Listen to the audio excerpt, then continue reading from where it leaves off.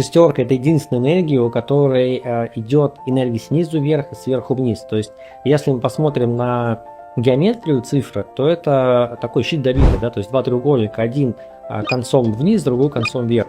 И это означает, что заложено изначально две энергии. Это очень мудрая цифра, и в целом ей кажется, что знания ей материального мира не нужны. И шестеркам-то надо на самом деле понять, что они пришли сюда учиться академическим знаниям в том числе. Когда шестерка учится, она повышает свои вибрации. Но чтобы у шестерок получалось все, что угодно в жизни, им нужно научиться хотя бы режиму дня.